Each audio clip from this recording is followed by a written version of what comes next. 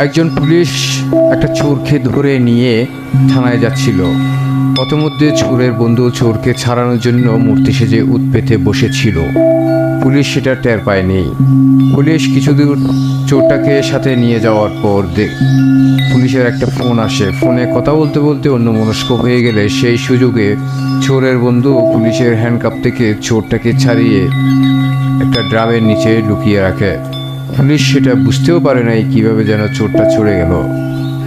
পরে যখন পুলিশ টের পেল তখন দেখে যে চোর আর নেই, আশেপাশে কোথাও নাই। তখন সে মূর্তিটাকে একটু ধাক্কা দিলে মূর্তিটা পুলিশকে কুড়াল নিয়ে কীভাবে ধাওয়া করে এবং পুলিশটা পালিয়ে যায়, চোরকে আর ধরতে পারে না।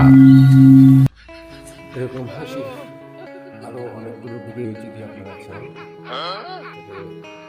ফেসবুকে লাইক দিয়ে